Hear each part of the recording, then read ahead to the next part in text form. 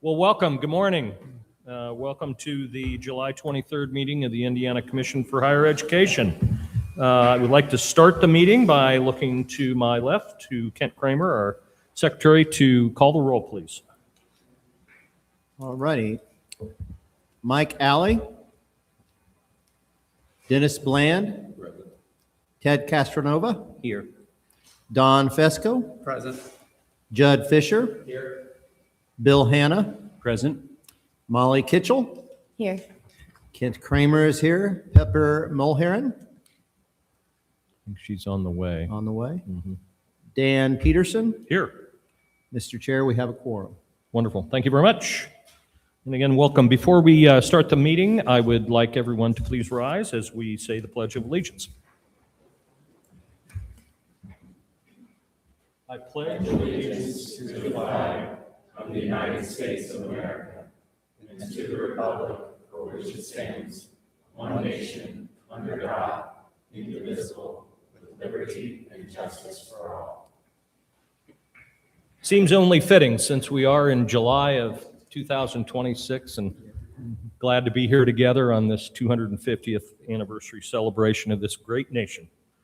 So again, welcome. Let's start with we need to approve the agenda, which you should see in front of you. I would entertain a motion for approval of the agenda. Thank you. Second. Thank you very much. Any comments or suggestions? All right. All in favor, please say aye. Aye.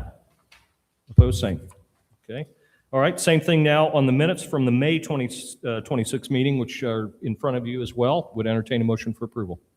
Motion to approve. Thank you, Bill. Second. Thank you very much.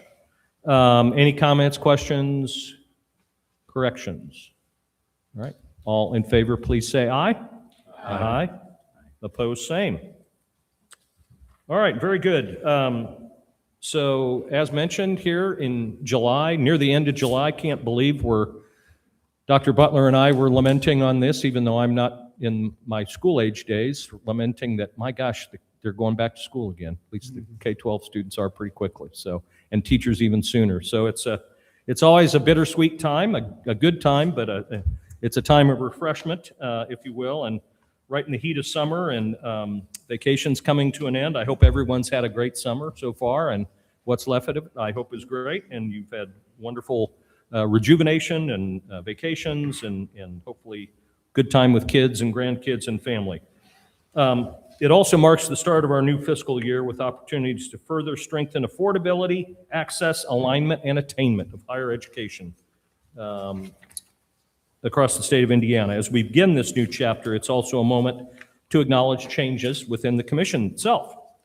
I'd like to recognize Kathy Cabello, who is not here today, but we want to thank her for her extremely dedicated service on the commission. Her term concluded at the end of June, and we are so grateful for her leadership and insight that she brought to the commission over her term, but also before her term on the commission across many other aspects of the state of Indiana, from higher education to other areas. Been a great member, and we really thank her. We know her work will continue, and I'm sure our paths will all cross. At the same time, we are super pleased to welcome Don Fesco to the commission. Welcome, Don. Super excited to have you here. Don's president and CEO of Powers Health. He's a doctor of optometry. He also holds a bachelor's degree in economics from Purdue and a master's in business administration from Indiana University Northwest. He was recently appointed by Governor Braun as an at-large member. And Don, getting to know you a little bit, look forward to getting to know you more, looking at your background and your experiences. There's no question of the value that you will bring to this commission and to all of us in our higher ed institutions. So thank you for joining the commission, and we welcome you. Look forward to working with you. We're also here today. We're grateful to be here, and thank you to Ball State University for hosting us today at our meeting. Thank you for the breakfast, and we are looking forward to your campus presentation here during the student success presentation. So thank you very much. With that, I will turn it over to Dr. Jenner for her report. Thank you. Well, I see a few of you wore your Ball State red. Huge again, thank you for hosting us today for breakfast and coffee. And echoing, Dan, what you shared, and it was funny, I think back to the call that we had, Dr. Castronova, You said for higher ed, summer is not over yet. Don't rush us. So while K-12 is going back mostly over the next couple of weeks across the state, higher ed still has a bit more time. So for those of you who do have time, I hope you continue to have a great summer and that we all have a wonderful start to the school year ahead. So the presentation I have, and do I have a clicker somewhere? If not, someone can just click away. Awesome. Thanks so much. Thanks. Yes, sir. Thank you, Brad. So a few updates, commission members and all that I'd like to make sure that we provide for you. Workforce Pell, of course, we provided the update at our last meeting in May, and we're going to have Brooke Kyle come up and share that. While she's getting set up, I'll also share, we awarded the Collegiate Purple Heart Award of Indiana to several higher education institutions. We'd like to share with you, celebrate those. The physical facilities report, which is required by statute for us to complete. We're going to have a report out on that. And of course, the report will be made public online. And then we'd like to recognize our summer interns who have had work-based learning experiences with us, hopefully very memorable and exciting and certainly meaningful for your path ahead. But we'll go ahead and start with Brooke Kyle, who's going to update us on Workforce Pell. And Brooke, I'm going to grab it. yeah, why don't you? Yeah, thank you.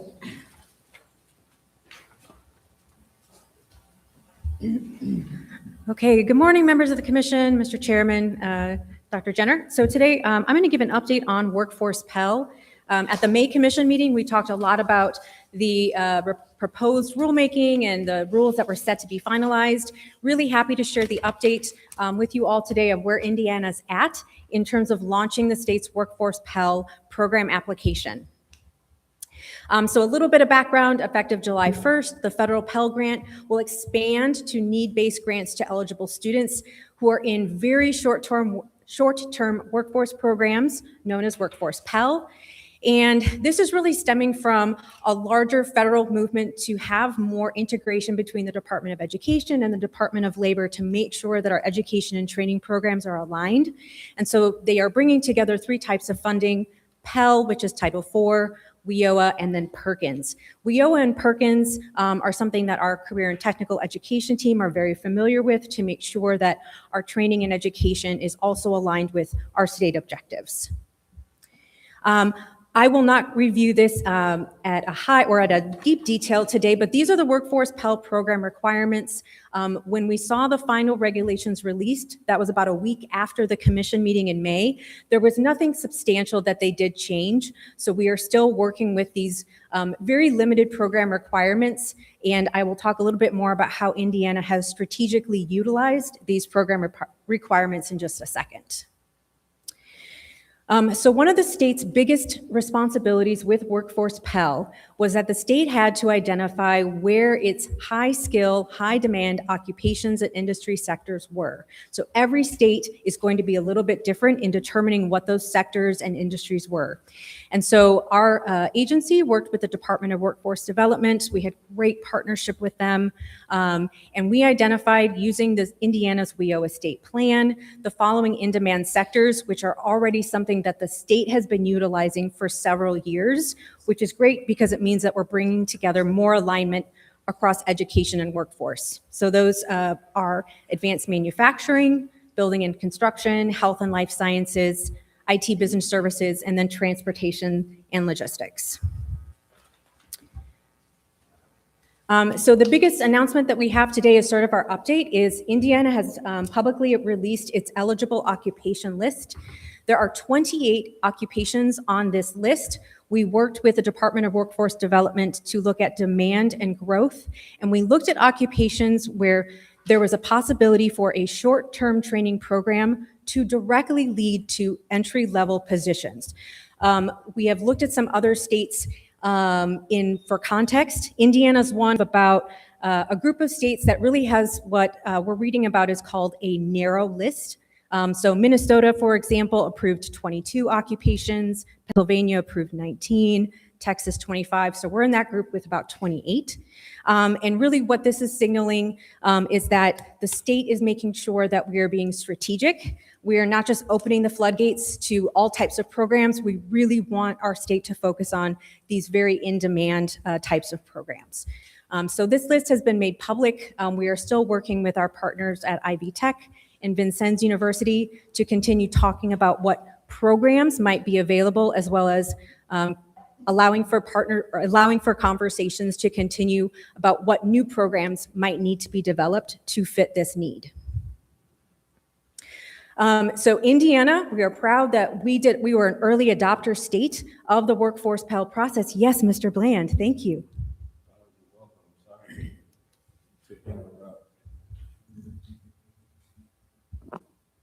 Sorry to interrupt, but just looking at the sectors,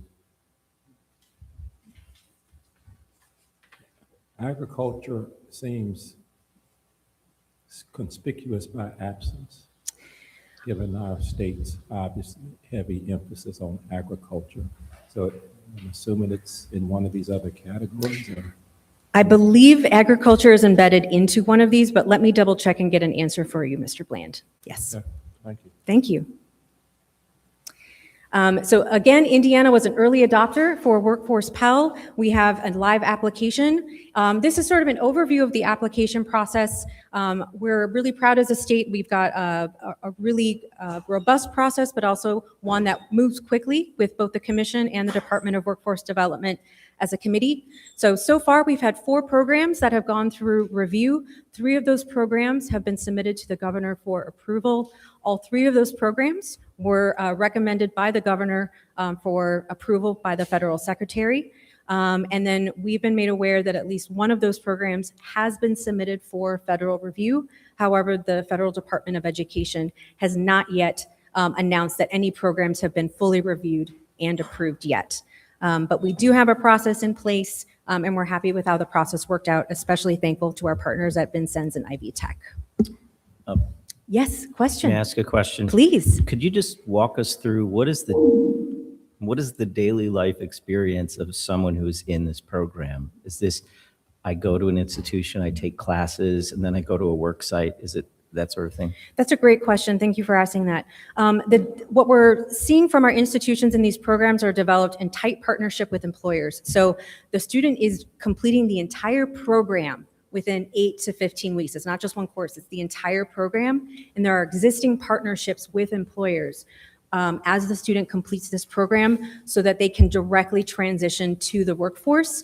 We see this as one of the benefits of this program is it allows a lot more institution and employer partnership, as well as getting students really driven into the workforce right away.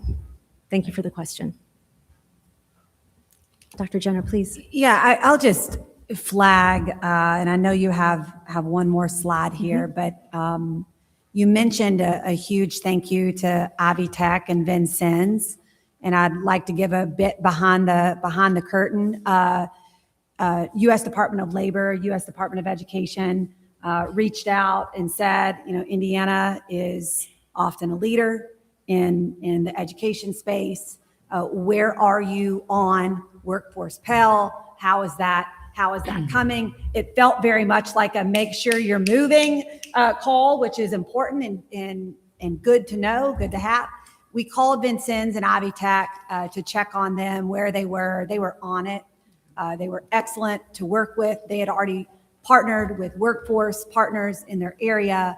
And so we were able to announce on July 1st, when the official federal law started, we were able to announce that Indiana is all in, despite they do have a review process. So I just wanted to, again, thank you. Higher ed, sometimes we're not always known to be as nimble. And I just need you to know there's a lot of nimbleness happening, and this is one example. Thank you so much for calling that out, Dr. Jenner. I could not agree more. We've had great partnership with both institutions. Ken? Yeah, just a question on who monitors the programs that folks are going through. That's a- The 70% completion, the 70% job placement, and then the value-added earnings. Is that on us as the commission, or is that on each institution? How does that work?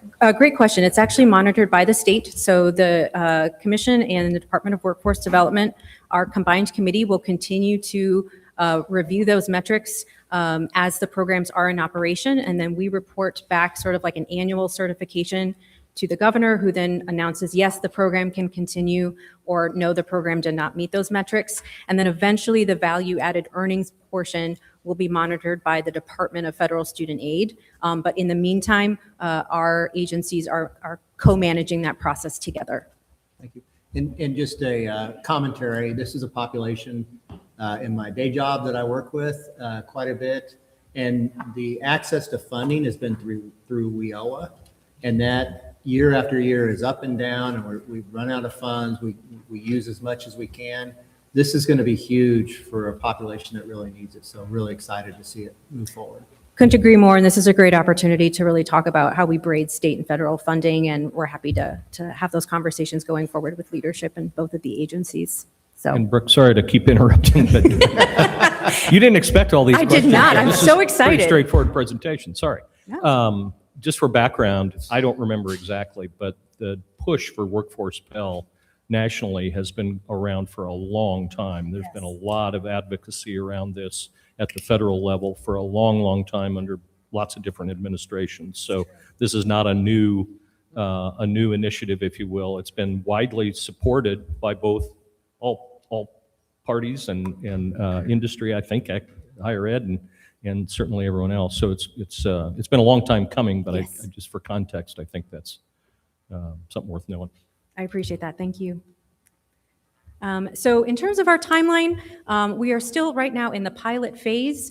We are continuing to work with Vincennes and IB Tech to sort of work out the process and also get some more information about what we want to look like when we do open this up to all Title IV institutions, and that will happen sometime in the spring of 2027. And that would be available for all 2- and 4-year public and private institutions if they're Title IV eligible. So looking forward to that. And are there any additional questions? Wonderful. Thank you so much. Thank you. Thank you, Brooke, for that update. We'll now shift to, if you could go to the next slide, if you don't mind, Brooke. We'll now shift to discuss the Collegiate Purple Star Award of Indiana. And I'd like to invite Kate Marling to share more. Hi, good morning. Thank you all so much for letting me speak on this. I'm very excited about this initiative personally.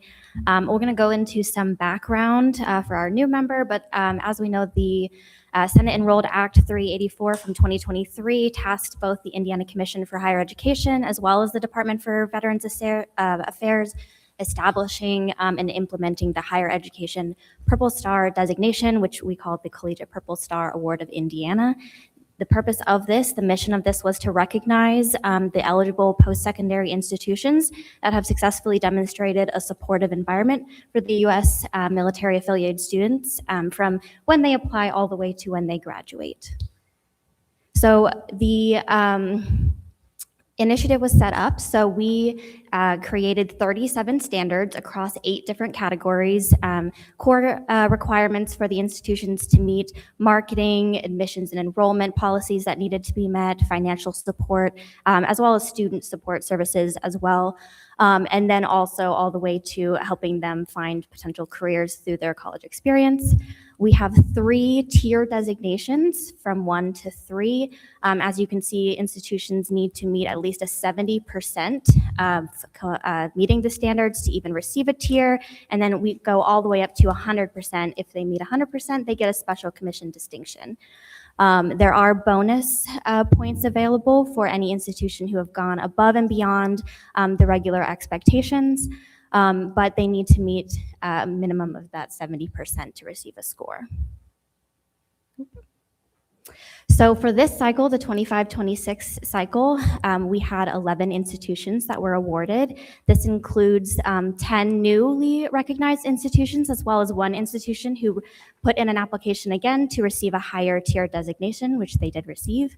So we now have a total of 39 institutions across the state that are recognized with this award.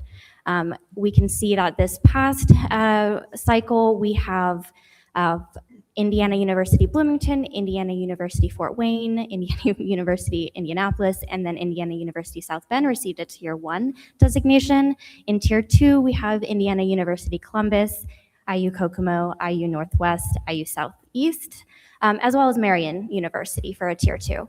And then for Tier 3, Indiana University East, as well as University of Indianapolis. So we're very excited to be able to designate these institutions and then put them on our website. And hopefully students will see this and be excited to attend these institutions. And just a point of clarification, Absolutely. it says 39 institutions are recognized. Yes. So while this is very IU heavy, Yes. there are many other universities that have also been recognized, and we'll make sure that media and commission members have that full list. Yes. Because again, a lot of institutions in this room are on the list, and we appreciate that. Yes, many institutions applied in our first cycle, so we had 28 institutions in that cycle. And that list lives and is live on our website, and can absolutely send that out to you all if you're interested. Can I make a suggestion? I don't know if you're doing this, but I love these logos. Mm-hmm. And I imagine myself putting one of these purple stars in my office window. Yeah, So I would just suggest a program where this gets sent out to the different campuses. so that yes, they can- everybody who receives a tier is given these logos. It's sent to the institution. They also receive a award certificate as well as a letter to their president or chancellor. So they can post that, they can distribute it, and then of course we have our social media badges that's sent out as well for their marketing teams to use. I guess I just like stickers. Yes, but I'm happy to send those to you if you'd want to post it in your office. All right, so our application cycle is yearly. The designations are valid for 3 years, so we will have last cycle's recipients potentially have to reapply again and prove that they are maintaining those standards, and then, but they are eligible to apply every single year if they want to improve their score. So we did have one apply again this year and improve their score. The application period opens January of 27. They will submit a notice of interest to the Collegiate Purple Star email address, and then we will work with their teams getting them access, and then they will go forward and submit their documentation by the end of February for us to review. We have a team of commission staff as well as a couple individuals from the Department of Veterans Affairs who gets together, and we review those from March to June.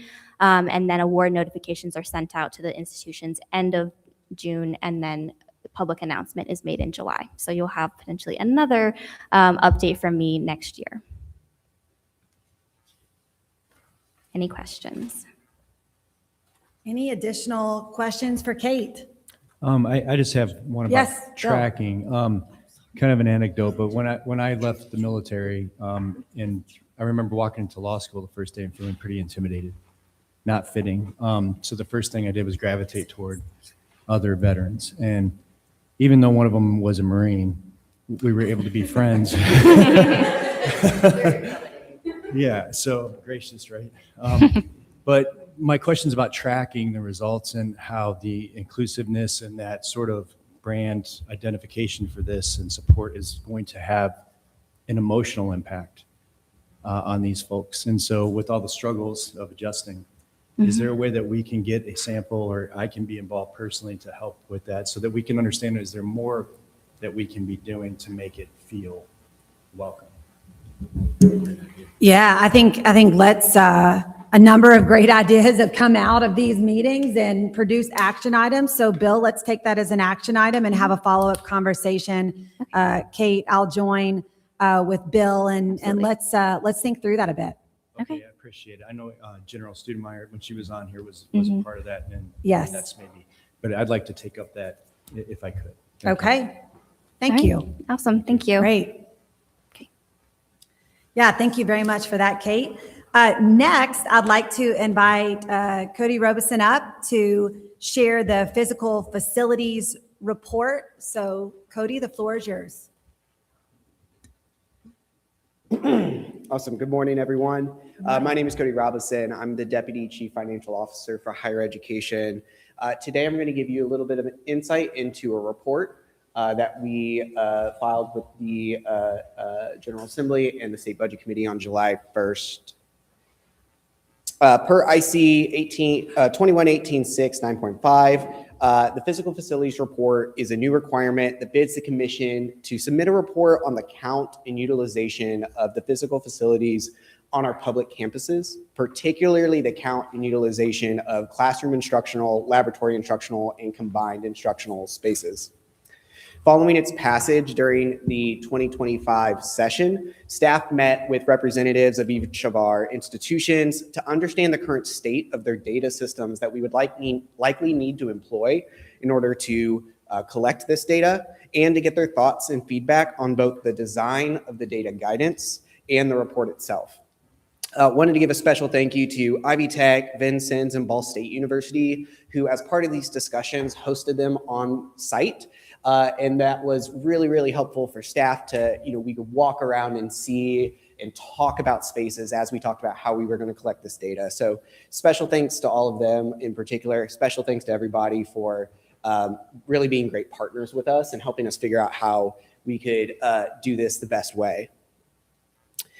The final report uses a snapshot utilization, determinations at the top of each hour, and normalizes start and end times across campuses in order to create a data set that we believe is fair, is representative, and comparable across our institutions and the original data systems where we are getting this information. The report submitted to the General Assembly and the State Budget Committee lists utilization for each building on every campus, including evening and Saturday utilization. And here today, I'm just going to provide some high-level representation of what some of that looks like. So in our first table here, this lists the count of the different instructional spaces on each campus. Per code, there are 3 different classifications. Classroom instructional spaces are those that you would pretty traditionally think of when you think of a lecture or facilitation style classroom, desks and chairs, maybe a whiteboard of some kind, that sort of space. Laboratory spaces are often very discipline specific. The most obvious example, you might think of like a chemistry laboratory. You may also think of like a nursing lab that has simulation space, those sorts of spaces.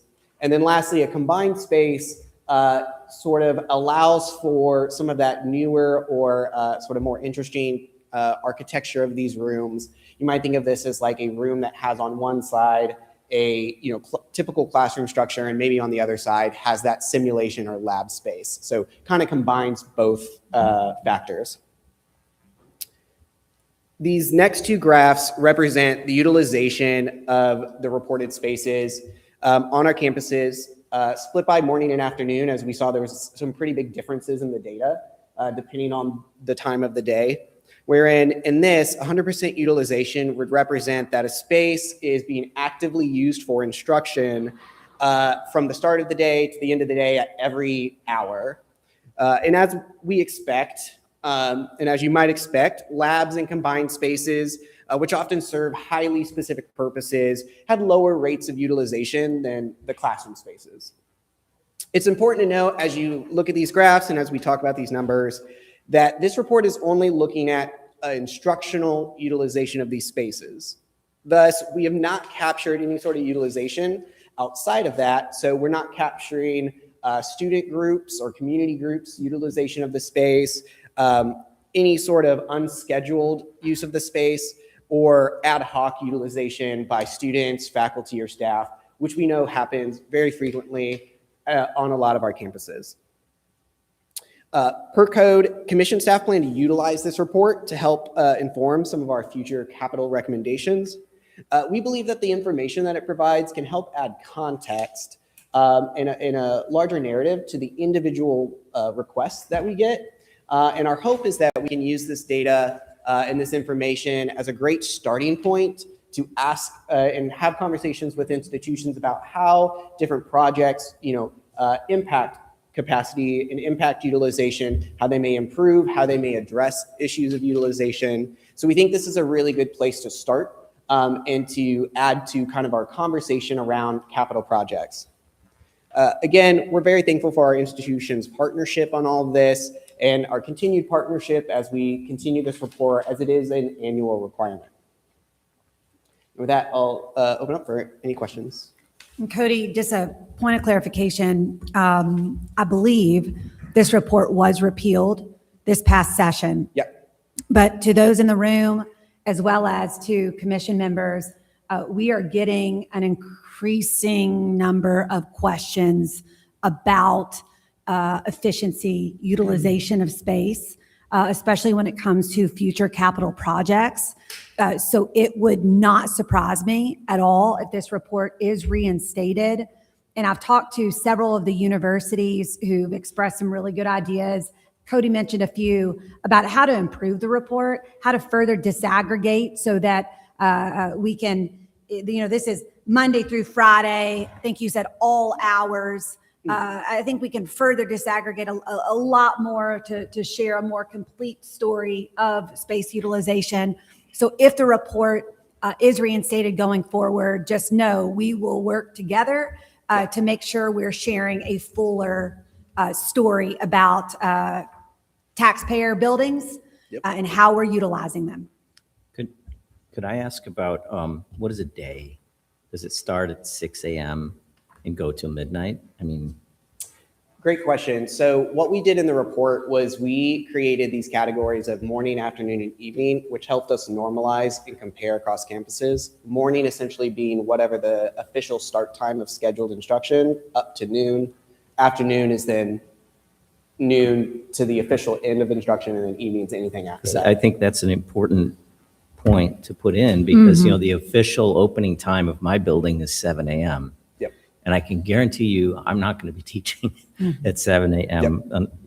So that is important context for these numbers that look a little low, right? Absolutely. And so we want to make sure that it's understood that, how wide this definition is. Yep. So Absolutely. And that is the additional disaggregation, additional thought we need to put into some of the questions ahead.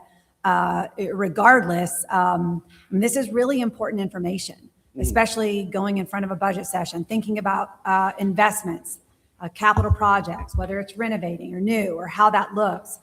These questions are active as they should be, and we have an opportunity to include some of that additional detail that you mentioned, and I'm sure others in the room are thinking through to make sure, again, that story is complete. I agree with everything you said. I think it's important, and not just in terms of efficiency on its face. We always should be looking at it. But when you think about AI, technology implications, remote working, trends in attendance, I get a little bit concerned about overbuilding. Also, my day job, we do the philanthropic side, as does Judd. And you see tendency where if the money is there, maybe we should do it. That's not always the case. So the thoughtfulness at the institutional level in terms of how they're using the campus facilities is as important as, and if the report drives that sort of change in thinking, I think it's doing a lot. Thank you. Any other thoughts on this report? I am a little curious. Yes. On the IU Fort Wayne, it is such a outlier, just as far as looking at how to better define this and break it down. I'm curious if we know why that is such an outlier. Yes. So we know that IU Fort Wayne's one part of how they are able to be such an outlier is they have Now a I see it. much more limited scope, both of their instruction, very focused, very high attendance, and it's those 6 classrooms, 5 labs. So that's part of how they, in the subsequent slides, kind of end up as that outlier. Good question. Yeah. Not really with that graph, so thanks. Anything else? Okay, Cody, thank you very much. So last but not least, I would like Kate to come up again and Victoria Fair to share a bit about our summer interns.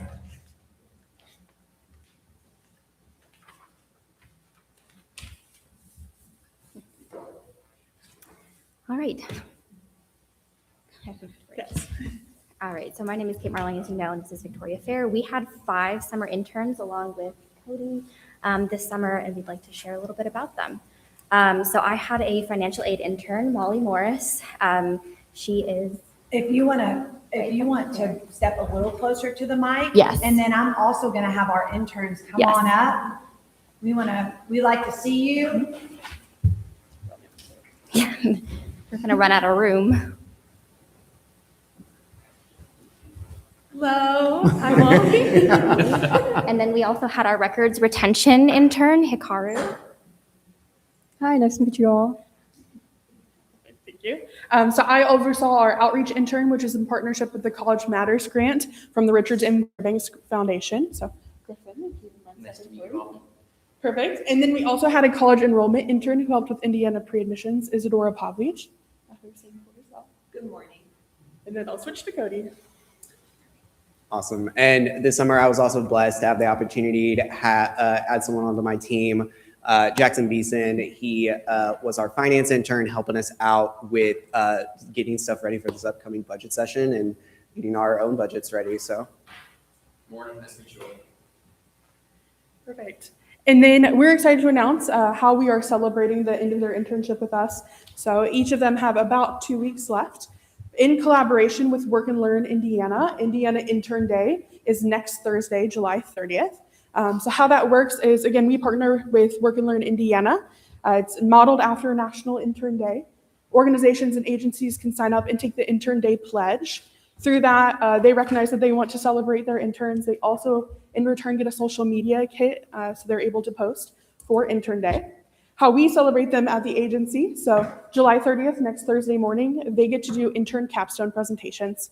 So each of them do their own individual presentations where they talk about what are the tasks and activities that they worked on this summer, as well as what are those goals and things that they set for themselves this summer they wanted to accomplish. So that could be anything from learning how to professionally network to even learning just the basic professionalism within Excel and Word.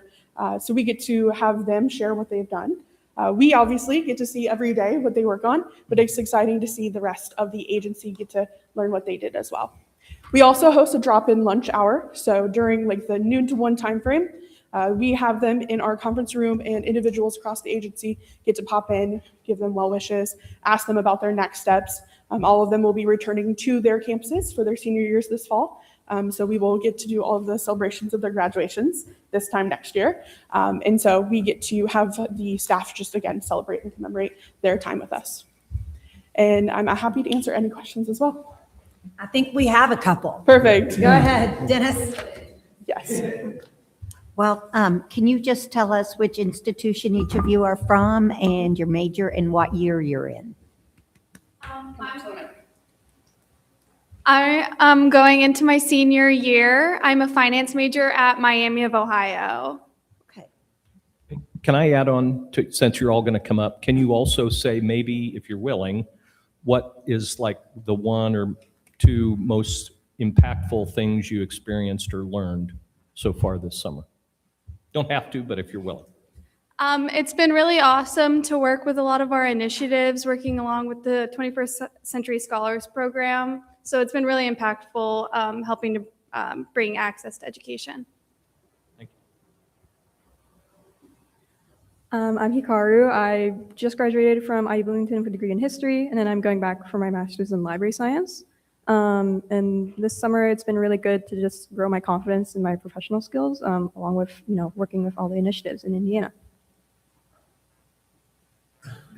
Hello again, I'm Griffin, and I'm going to be a senior at Indiana University Bloomington, studying law and public policy. And I would say the best thing so far in this experience has been the conversations I've had to have with people in my career profession. So hopefully going to law, and Michelle's been great to establish those relationships in an entire network of people. And so it's been great to have conversations with loads of lawyers, people who work on foundations, things like that, for hopefully getting future career prospects. Good morning, everyone. My name is Isadora. I am also a rising senior at Indiana University Bloomington. I study public affairs management. And the most impactful part of this internship for me has been working with the Indiana Pre-Admissions Initiative. I'm interested in potentially pursuing a career in higher education, so being able to interact with both the universities here in Indiana as well as the high schools and getting to administer a program that really helps students has been very impactful. Are you a senior? Yes. And hello, I'm Jackson. I'm also going to be in my senior year at Indiana University. Go Hoosiers.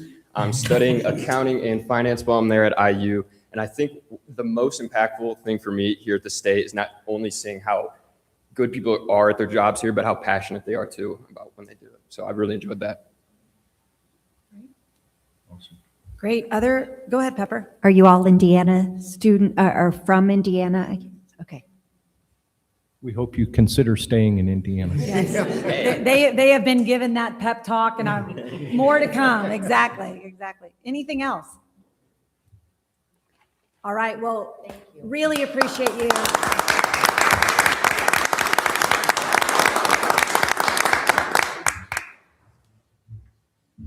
All right. At this point, Chair Peterson, back to you. Okay, wonderful. Great report. Lots of important and interesting topics. And again, thank you to the interns for your service and for sharing your experiences so far. We wish you nothing but the best of luck. So we will now move to our approval of capital projects and report out from the Budget and Productivity Committee. Mike Alley was not able to be with us today. He's got a board meeting, I believe. And so Cody is going to both give us a report out and help us talk through the capital projects. Hello again, everyone. So the Budget and Productivity Committee met on Thursday, July 9th, and in that meeting, we reviewed 4 capital projects, which you will hear today and subsequently for vote. Notably, with this particular meeting, we noted that Senate enrolled Act 204 of the most recent session, which amended IC 2133 by raising the threshold at which projects require commission approval and review. That raised that threshold from 2 million to 3 million, and that became effective on July 1st. So this is our first review cycle with this new requirement. And then with that, sorry. No, you're good. Looking at short and sweet. Okay, wonderful. Any questions for Cody? And if not, we'll move into the capital projects for approval. All right, so we have 4 capital projects for full discussion today that were shared online with all of you. And the first project is the Wilkie Quad recapitalization. So, and would invite Zach Smith-Howard, Director of State Relations at Indiana University, to present on that. Good morning, Commission members, Dr. Jenner. On behalf of President Whitten and the Board of Trustees of Indiana University, I'm here asking approval to proceed with the recapitalization of the Wilkie Quadrangle on the Bloomington campus. This project is estimated to cost $60 million and will be funded through $30 million of the Residential Program and Services Reserve, so RPS, and up to an additional $30 million in consolidated revenue bonds, which will be repaid using the Residential Program and Services funds. Wilkie Quadrangle was constructed in 1965, and it was partially renovated in 1998. And it consists of 2 student residential buildings and a connecting central hub that will serve as the main entry point. The quad also houses core community amenities, study spaces, and an auditorium. The facility totals over 325,000 gross square feet, and it provides 752 student beds. The comprehensive re-lifing project will upgrade critical building systems throughout the complex, including the renewal of elevators, roofs, stair towers, mechanical, electrical, plumbing, and life safety systems. All student rooms will be fully renovated and updated. The project is planned in 2 construction phases, with the first phase, which includes the central and south buildings, will begin May of next year in 2027, with a completion in August of 2028, and the second phase, the north building, beginning in May of 2028 and completing in August of 2029, enabling approximately half of the facility to be in use during each phase. I know during our meeting, Commission member Hannah, who also sits on the Finance Authority Board, asked a question about where is IFA in this process, and I didn't get to email you and the rest of the committee the process. So from Don Lukes, our university treasurer, when IU issues bonds for Wilkie, we will work through the IFA to get state budget director approval for the issuance. However, we initially use commercial paper as interim financing for the project. Under Indiana Code 2132-2-2, we have authority to issue interim financing, including commercial paper. The state budget director approved our $200 million commercial paper program in 2023. Therefore, no further financing approvals are needed at this time. Thank you. And with that, I ask any questions. Great. Any question? Well, actually, Cody, why don't you go ahead and give staff comments, and then we'll ask questions. Yeah, absolutely. So staff does recommend this for approval. We think that the approach to this, in particular, the financing approach, is a very fiscally responsible way to do this. And we know that these quality of life improvements are really important to students as well. And so we do recommend this for approval. Great. Thank you both. Any comments or questions or concerns? Molly? Oh, sorry. Saw you pulling that close. Just getting ready to vote. Just getting ready, yeah. All right. Any other comments or concerns? All right. Hearing none. All in favor of approval of the Wilkie reconstruction, or if you will, remodeling? Thank you. Yeah. Second? Second.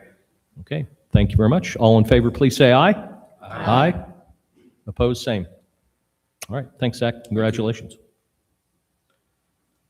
Okay, next up, we have the Armory first floor mechanical system replacement and classroom renovation. So invite Kendra Leatherman, Director of Government Relations at Purdue, to present on this item.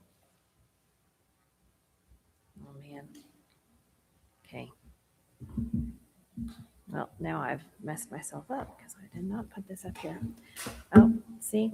Great. Thanks, everybody. Okay. Good morning, everybody. Kendra Leatherman, Director of Government Relations for Purdue University, here on behalf of our Board of Trustees requesting approval to proceed with updates to our armory on our West Lafayette campus. These updates are part of our annual R&R plan. It'll include replacing part of the building's first floor mechanical system and renovating 2 classrooms. As you might expect, the armory supports the instruction and activity for programs that prepare our students for leadership roles as officers in the U.S. Armed Forces. The majority of the Armory's first floor is the drill floor, which is adjacent to the head house, where the classrooms and the Army offices are located. The doors between the head house and the drill floor will be replaced to provide better air barrier between these 2 areas and prevent cooling loss from one to the other. New fan coils, ductwork controls, and piping will be installed to serve the centrally scheduled classrooms and the adjacent office space. The classroom renovations will include new equipment, flooring, furniture, and improved lighting, and the total estimated project cost is $3.55 million and will be funded by operating funds. I'm happy to take any questions. Great. Sticking with the way I started, Cody, you want to go ahead and do staff, and then we'll ask questions. Yeah, absolutely. So we also recommend this project for approval. This has been in alignment with Purdue's repair and rehabilitation plan. And so, yeah, we recommend this for approval as well. Great. Very good. Thank you very much. Any comments or questions for Kendra or Cody? Okay, hearing none. Would entertain a motion for approval of the Armory. Thank you. Second. Second, thank you. All right, all in favor, please say aye. Aye. Aye. Opposed, same. Very good. All right, next up, 2 more. We are here to seek approval for the Marie Elizabeth Godare. Is that right? Godare? Godare? Godare, sorry. You got me saying it. Marie Elizabeth Godare. I would have tried that a number of times before getting it right. Residence Hall renovation. Tony Hahn, Vice President of Government and Legal Affairs at Vincennes, will present on the next 2 projects. Thank you, Mr. Chair. Good to be with you today. Tony Hahn from Vincennes University. Marie Elizabeth Godare, the Betsy Ross of the Northwest Territory, designed the battle flag for the Vincennes militia in the Revolutionary War as it fought the British at Fort Sackville. So that is how she is remembered in Knox County. Shame on me for not knowing that history. History lesson. We'll move the cord and stuff later. That's fine. The Godare Hall renovation is a $23 million estimated project. Godare Hall is a 93,000 square foot building that was built in 1987, and it has 202 rooms. And so it holds 202 students in a very traditional way, long hallway, room on each side, group bathrooms. And that has become a less attractive style of housing for students. But our vision for Godare Hall in the future is a little different. To really leverage the benefits and the advantages we have in our training models for business and industry, we're proposing to turn Godare Hall into a 134-room extended stay style housing complex. This would essentially gut the building to the walls and rebuild it in a style that would have 400 to 500 square feet per room, little kitchenette, some laundry, a little more space, and that would be designed for a longer stay for some of our stay and learn training modules.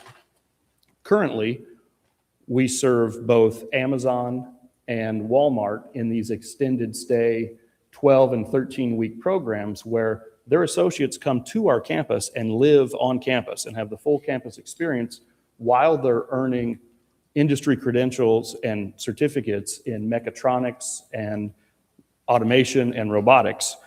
And a stay that long when you're 30-something or more, the traditional dorm is not as attractive. And so our investment in this will be a show to our partners that we're invested in long-term training. That also means that we can move our Cummins apprenticeship program and our John Deere apprenticeship program to campus. We envision having this flexibility to do week-long boot camps, 3-day professional development for teachers over weekends, and have this housing option to eliminate that kind of obstacle to long-term training. So this would be a $23 million project funded by revenue bonds, as was mentioned earlier. Ideally, this could open in the fall of 28, and we would be able to rearrange our Amazon and Walmart schedule that is constantly being refreshed with students so that they can move in there, and then we can reclaim some of the space on campus for our traditional students. Any questions about how we envision using this? Just a comment. I appreciate the opportunity that you hosted us on campus to see that program so we understand the students and the need. So that's beneficial, at least to me. Good. I'm glad you enjoyed it. It's been, I think Amazon and Walmart, as you would imagine in that space, are the tip of the spear. And I think if you've driven any highway in Indiana, you've seen those distribution centers, and there's a need for the training of those technicians. Yeah, I just want to compliment Vincennes on really thinking differently. And again, going back to that point about being nimble, being hyper aware of the economy, the workforce needs, the AI pressure that we're all feeling. It's not only needed today, but you're really thinking about future opportunities to leverage this different model. So thank you for that. Thank you. We've used the past 5 years with Amazon as proof of concept that yes, this has value in the marketplace. Employers appreciate it. And I think we have a lot of room to grow. And of course, a contingency. If that should dry up, these will become attractive one-room suites for traditional students.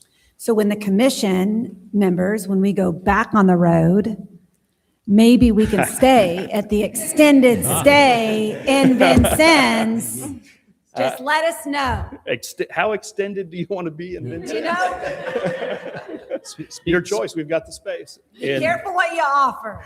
January Speaking of of that, extended stay and us staying, I do have a question though. Yes. Are you operating this? I like the concept, by the way, but is the institution operating it, or did you look into a P3 type scenario with a hospitality vendor? You know, thank you for that question.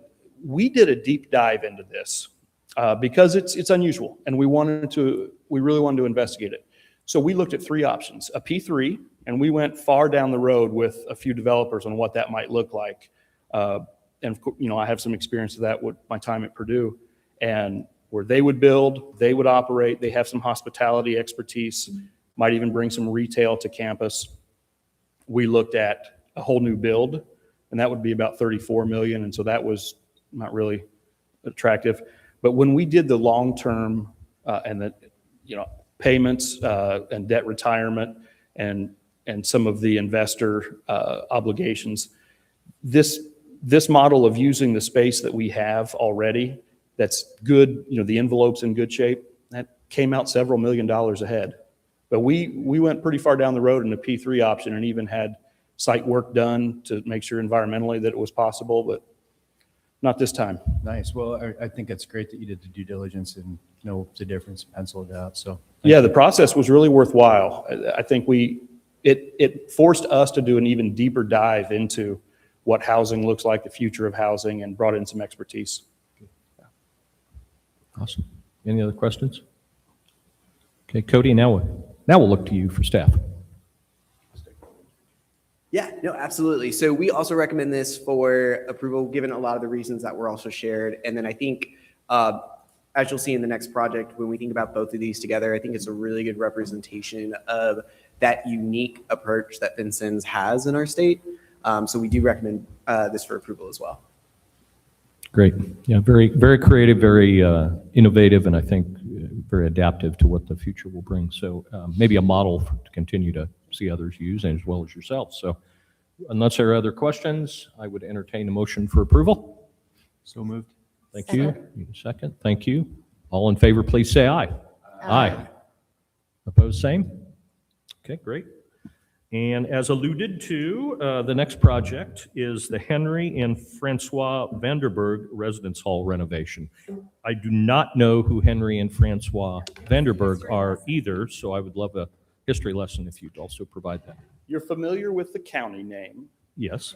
Henry was a pretty famous fur trader, an officer in the Revolutionary War for the Vincennes militia.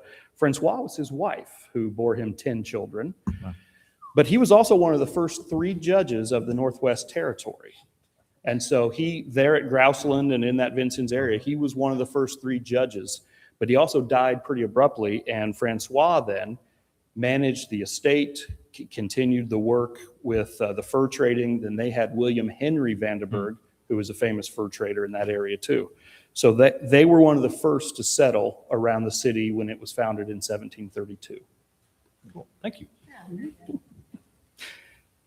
We expect history lessons in all future presentations. Oh, yeah. There's a project too. I forgot. Oh, yeah, the project. It's less exciting than the Betsy Ross of the Northwest project. Vanderburg Hall is our largest resident hall. It was built in 1990. It's 113,000 square feet. It houses 432 students, and it's our most popular by the students. It's a suite style, but it's also looking a lot 1990s, and I know that's popular sometimes, but it also feels 1990s. And so this is a $12 million renovation, also funded by those revenue bonds that will be backed by the pledges of the students living there. And this does things like lighting, restrooms, finishes, student amenities. We will reconfigure some of the common space to be more aligned with how the students use them now. And then we should be able to get this project done in a way that doesn't disrupt the current students. And we'll be rearranging where some of the students go through Clark Hall and Morris Hall while we work on this. And then in the fall of 28, we'll be able to open this up as a fully renovated residence hall to 432 students. Questions, either on the historic front or the renovation front? Okay, Cody, staff response, please, or recommendation? Yep, staff also recommends this project for approval as well. All right, entertain a motion for approval. So moved. Second. Thank you. Any other final call for questions? Hearing none, all in favor, please say aye. Aye. Opposed, same. Okay, thank you very much, and thank you. Congratulations to all of you. All right, moving on here, we are going to move to our academic degree programs, and before we do that, I'd like Chair Dennis Bland to give a brief report out on the Academic Affairs and Quality Committee efforts. Yes, thank you, Mr. Chair. So we actually had 2 meetings. We had a May meeting where the committee, which consists of Pepper, Dr. Castronova, Judd, Kent, Larry, and Dan Peterson. Thank you all for your service. So at our May meeting, we reviewed and submitted for the full agenda, the Women's Health Nurse Practitioner Postgraduate Certificate. And so that's for consideration. And then in our June meeting, we considered 4 programs, all from the Indiana University system, and I'll list the programs. A BS in Biomedical Engineering from Indiana University, Bloomington, a BS in Biomedical Engineering from Indiana University, Indianapolis, a Certificate in Medical Laboratory Science from Indiana University School of Medicine, Evansville, and Indiana University South Bend submitted an MS in Medical Laboratory Science. So these are the programs that are on the agenda for expedited action consideration. Thank you, Dennis. Yeah, that was a great set of discussions around these degrees and a lot of obvious alignment with needs out there and interesting conversation around that. So I'd call on Dr. Matt Butler to provide some additional comments and information and before our vote. Thank you, Mr. Chairman. Thank you, Chairman Bland. Matt Butler, Senior Associate Commissioner and Chief Academic Officer. Yes, you might have noticed a theme throughout all of these. It's sort of a full spectrum of the health and life sciences industry, spanning licensed providers with nurse practitioners, certified diagnostics through medical laboratory science, and then one could perhaps say the bench to bedside biomedical research and development that we see from biomedical engineers. A couple of things that are quite interesting about all of these is none of them start from scratch. They leverage a lot of pre-existing resources when it comes to faculty, coursework, and facilities. For the nurse practitioner certificate, Purdue Global has a very large nurse practitioner program anyway, with several concentrations in it, but not women's health. As you can imagine, women's health is becoming a shortage area, whether it comes to physicians or further down when it comes to professional practitioners like nurse practitioners. Indiana, like many states, has maternity health deserts, and so Purdue Global is providing this as a way of meeting those needs. And through its online delivery, there's hope that nurse practitioners who live in rural areas and regions throughout Indiana and other states can stay where they are, but reach this specialty as they can become a professional in that. It's also going to mirror adding a concentration to their current nurse practitioner degree program. Responsive to talent workforce shortages in that area. The 2 parallel medical laboratory sciences are quite interesting. I'd say that they're quite nimble responses to meeting students where they are in terms of their academic journey. For IU South Bend, the master's in medical laboratory science is replacing a bachelor's in medical laboratory science, which that seems somewhat interesting. And the reason why is they were finding that the majority of their students who were pursuing that bachelor's already had a bachelor's in foundational science, whether biology, chemistry, et cetera. And pursuing further undergraduate study and not getting a graduate degree out of it was quite a deterrence to a lot of students when it came to financial aid and some other things. So well before the under threshold review process we concluded earlier this spring, IU South Bend was looking at that to flip it instead to be a master's to accommodate the majority of those students who already had a bachelor's, as well as to provide a 4+1 accelerated master's program for their own IU South Bend undergrads. As you can imagine, medical laboratory science is highly in demand for hospital systems, clinical laboratories, and then even our burgeoning life science industry. Parallel to that, the Indiana School of Medicine's Evansville campus is creating a certificate that will enable University of Evansville students to spend their last year at the medical school's location in Evansville to complete their medical laboratory studies and get certification. Otherwise, they would have to leave Evansville, not get their Evansville bachelor's, and go to another institution. So this is, in a way, you're seeing the School of Medicine is serving other schools because they care about filling this shortage area. And they're in talks with other universities in the region that are independent or out of state to leverage this certificate.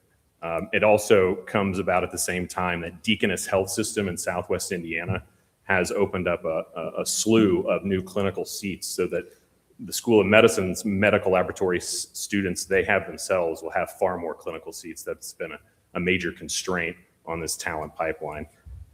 And then the last is IU Indy and IU Bloomington, a biomedical engineering bachelor's.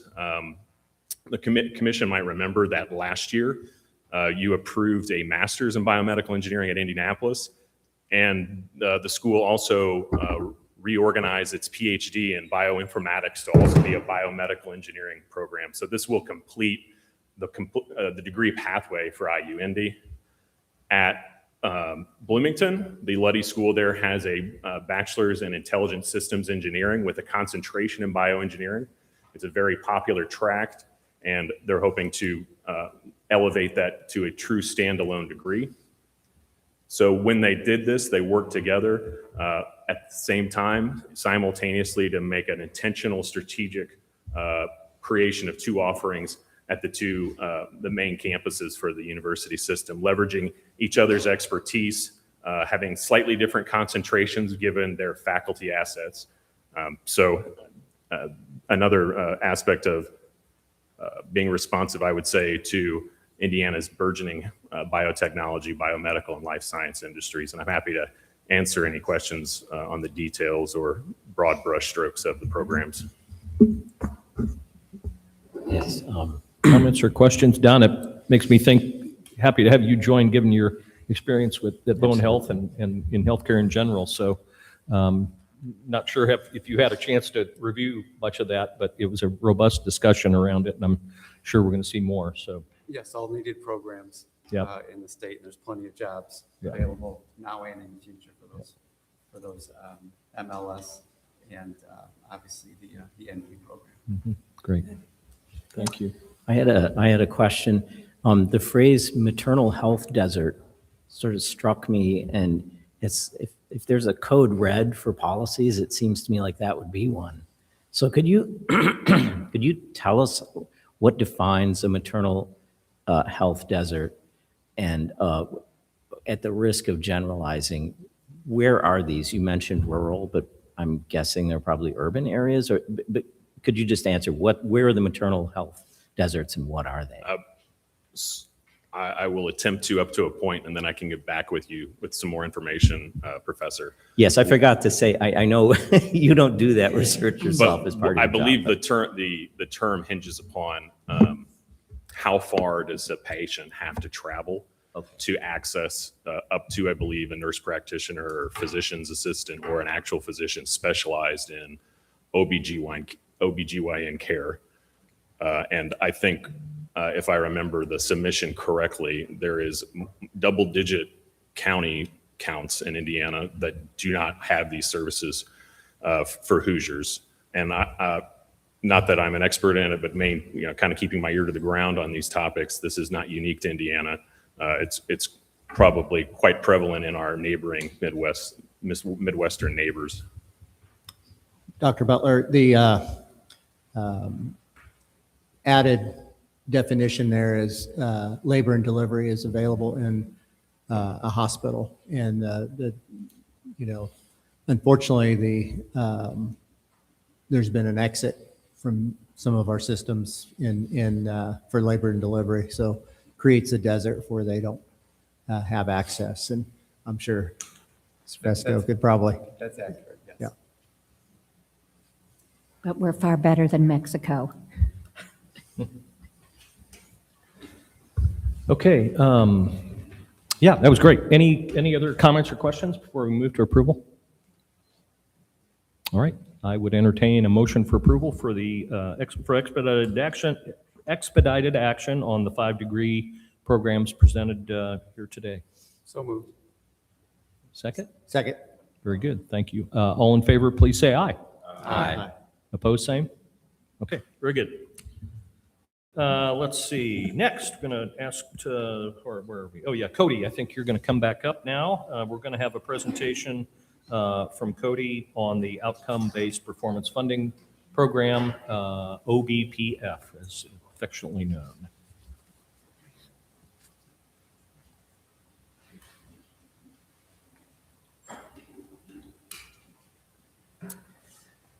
All right, good morning again, and hello once again. Once more, my name is Cody Robinson. I'm the Deputy Chief Financial Officer for Higher Education. And today we're going to be talking about the outcomes-based performance funding formula for the upcoming 2027 to 2029 biennium. How this will look today is first we're going to start ourselves off grounded in state law and what's required by code. We'll also look at what that has meant for the past couple budget bills, House Enrolled Act 1001. We'll do a quick recap on the conversation, as this was a conversation that we here started back in May. And so we'll kind of touch on that again and let you know what's happened in between then and now. And then lastly, we'll present the proposed future formula for that upcoming biennium. So the Indiana code for OBPF, which I'll use to refer to it or the formula, is grounded in IC 2118-16. And here there's a couple requirements for the formula itself. First, that it be aligned with the Commission's long-range plan and our strategic priorities. That for Ivy Tech in particular, we consider employer needs, positive wage outcomes, and stackable credentials, and that the data that is used for the formula to determine earnings is audited every 2 years. Code is also very specific about how the approval and the presentation of the formula works its way through the system to enaction. So first, the formula must be approved by the Commission by October 1st of every even-numbered year. That's what we'll be doing today. Then following that, we'll bring the formula to the State Budget Committee prior to their budget hearings. So that will be sometime between August and October. And then the formula will come up once more in November, December timeframe during the state's budget hearings, where we'll discuss more of the formula as part of the overall budget recommendation for higher education. For the last number of years, the formula is appropriated via House Enrolled Act 1001. And it is only one of many different funding streams that go from the state to our higher educational institutions. Here you can see kind of a pie chart. We showed this in May, but this sort of gives you an idea of the relationship that those different funding streams have to one another. In particular, you can see a great majority of that funding is that base operating funding going directly to our public institutions and their campuses. That's in that big blue color. And then at the very top, you can see performance funding in the 2023 to 2025 biennium represented about 1% of the total higher education funding package of that budget. There was some rationale for that. The formula in its current form is considered base building, so earnings in 1 year build onto that base operating in the future. But you can also see it's been historically, at least in recent history, a very, very small portion of the total funding package. And we'll touch on this a little bit more here in a second, but in the current biennium, 2025 to 2027, the performance funding formula was not funded due to the economic conditions at the time. Now, this begs the question of why we want to revive or kind of bring back Cody. OBPF. Yes. Sorry, I was trying to get your attention. Sorry to interrupt. If Mike Alley, who chairs our finance committee, was here, and I feel like I need to say this because I've heard it so many times, and I appreciate it. I think he's spot on. There is increasing interest in outcomes-based performance funding being a more significant part of the higher ed model. That interest is coming not only from stakeholders, business and industry, it's coming from General Assembly members, because that value proposition we have to be laser focused on continuing to improve that. So while 1% was kind of the number in the past and 0 most recently, we should expect that to go up significantly. Obviously, it depends on the budget forecast. The months ahead will dictate how much, but I just wanted to flag that on behalf of Mike Alley. Could I just jump in at that point and ask a question? These monies are also no strings attached, right? They are given to the institutions and they don't have to spend it on this, that, or the other. This would be considered operating funding, so it does not necessarily have the same sort of attachments as like capital funding, which has to be spent on capital. Yeah, I bring that up because I think that's, based on my interaction with administrators, that's special money that isn't tied to anything and that they can do things with. So I think the incentive power of, even if it is 1%, it's 1% of open flexibility with funding, so. And so, right, that begs the question, kind of, what can we do with an outcomes-based performance funding, especially when it's funded at a level that we believe provides a true incentive? And this is where we bring in our priorities. You've heard us refer to them: affordability, access, attainment, and alignment. And here's where we can utilize a funding formula like this to do things such as reward practices that balance cost, quality, and return on investment for students. We can encourage the reduction of barriers for students to entry and completion in a timely manner. We can hold institutions and the state accountable for delivering high-quality academic and work-based experiences that lead to completions and real results for students. And we can reinforce the vital role that higher education plays in preparing students for high-demand careers and opportunities here in the state of Indiana. So that's why we want to see, beyond just the interest, that's why we also too want to see this come back, and we want to see this work. So just a little bit of a recap of where we've been over the last recent history. Like we shared, the current formula was implemented in 2023. There was some work ahead of that to sort of redesign the formula, but the current formula was not funded in 2025, which gave us an opportunity to step back and kind of reevaluate the strategy of the formula. We received a lot of feedback over that time, and in May of this year, at our last commission meeting, we opened up a collaborative effort and a public feedback opportunity for folks to continue to send us feedback that we could then use to improve the current formula. That period closed around the July 4th holiday and has helped inform what the formula that we're proposing for the future biennium, which you will see here momentarily. Just to catch us up a little bit on what some of that feedback was, there were some pretty key themes, I think, that came out very early on.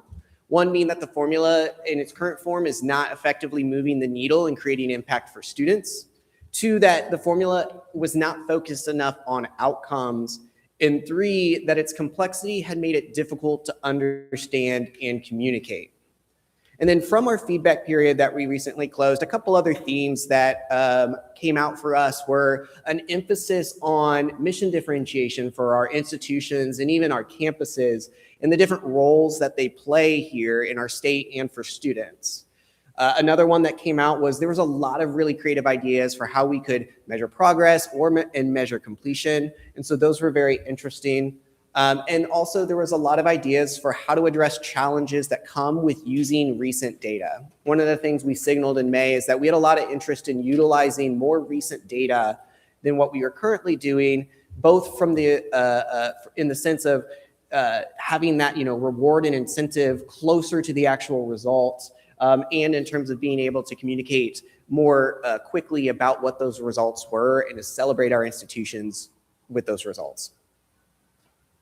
So at this point, I'll go ahead and share what we're proposing for the current, for the future formula in the upcoming biennium. What you'll see in front of you, and commission members, you have these on individual 8.5 by 11 papers, but what you can see is a graphic of the proposed formula. There's actually two, as you can see here, one on the left and one on the right. The one on the left represents the formula we are proposing for our four-year institutions, and that also includes Vincennes University's baccalaureate programming. And the one on the right represents the formula for Ivy Tech that we're proposing, as well as Vincennes University's sub-baccalaureate programming. There are many similarities between the two, so I'm going to start by explaining the one on the left pretty in depth, and then highlight the differences that are in that Ivy Tech formula. The core of the formula is attainment. Institutions may earn a dollar amount per degree conferred in the most recent academic year. In order to be eligible for the performance funding, the degree must be earned by an Indiana resident. This will include those students that are enrolled in Indiana high school, and thus, for the first time with our OBPF model, we'll be recognizing with performance funding for the first time the work our institutions are doing in our high schools, which is something that we've heard a lot about in the last number of years, especially as their work in our high schools have expanded considerably. Additionally, the highest level degree earned per subject area per student will be eligible for award. We'll establish this using what's known as the 6-digit classification of instructional program code. Thus, if a student earns multiple credentials in a year, and those credentials are in different subject areas, the institution can actually be awarded for each of those for that student's graduation. If the student graduates with 2 in the same subject area, we'll recognize the highest. We're also expanding the levels of degrees and credentials that we'll be looking at and rewarding for our institutions when compared to the current formula. For our four-year institutions, we'll recognize sub-associate credentials such as certificates and technical certificates, associate degrees, bachelor's degrees, and in-demand graduate level degrees, and these will all be eligible for that performance funding. The Indiana College Core will also be eligible if it's earned by a current high school student.